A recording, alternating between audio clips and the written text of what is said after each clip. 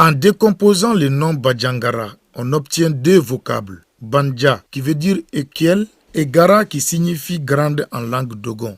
Alors, Badjangara serait la grande équiel. Ce monument qui le surplombe retrace son histoire. La ville fut fondée par un chasseur du nom de Nangabanu Yorobokudjet Tembeli. Ce Toguna, jalousement gardé par sa famille, est le premier édifice qu'il a construit. C'est un patrimoine architectural d'une importance capitale pour les Dogons. S'il y a eu des querelles ou des mésententes entre des gens, ils font la rencontre ici. Celui qui a tort, souvent, il se met sur les nerfs. Il veut d'un seul coup quitter les lieux. Maintenant, s'il se lève d'un seul coup, comme le hangar n'est pas si haut, donc quand ça frotte sa tête là, il est obligé de s'asseoir. Et il est obligé en ce moment de suivre la résolution de la règle.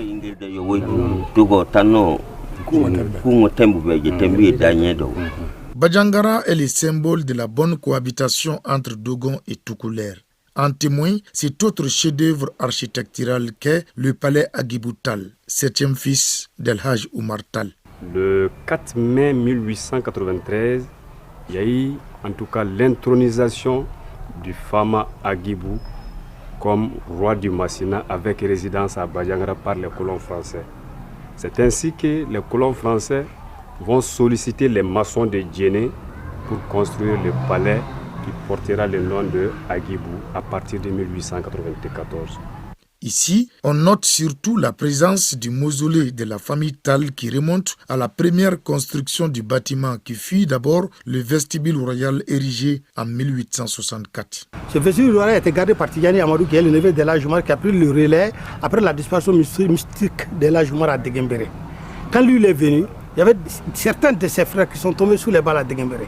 Il les a entrés à l'intérieur de la maison, là où il faisait ses zikrs et ses évocations et invocations. Et il a donné dans son serment de l'enterrer à côté de ses frères après son décès. Dès lors, les dignitaires de la famille Tall sont inhumés dans ces mausolées. Ce n'est pas tout le monde qui est habilité à être enterré ici, sauf si tu gardes les reliques d'El Hadj Oumar. Là où nous sommes aujourd'hui, après les 3 qu'on a pris à Deguembéré, il y a 10 qui sont là. Il y a 6 qui sont au rang des fils d'El Hadj Oumar, il y a 5 qui sont au rang des petits-fils et il y a 2 qui sont au rang d'arrière-petits-fils. Après la mort d'Agibou Tall en 1908, le palais est tombé progressivement en ruine par manque d'entretien.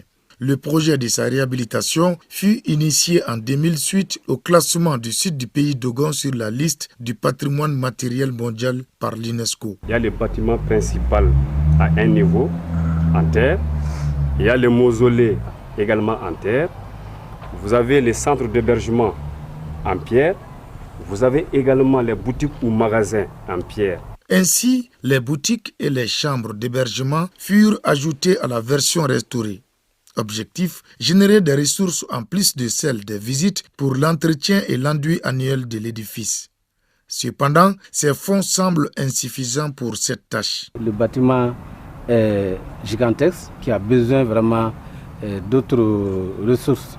Au niveau du département, on n'a pas de ressources allouées à ça pour vraiment entretenir le bâtiment.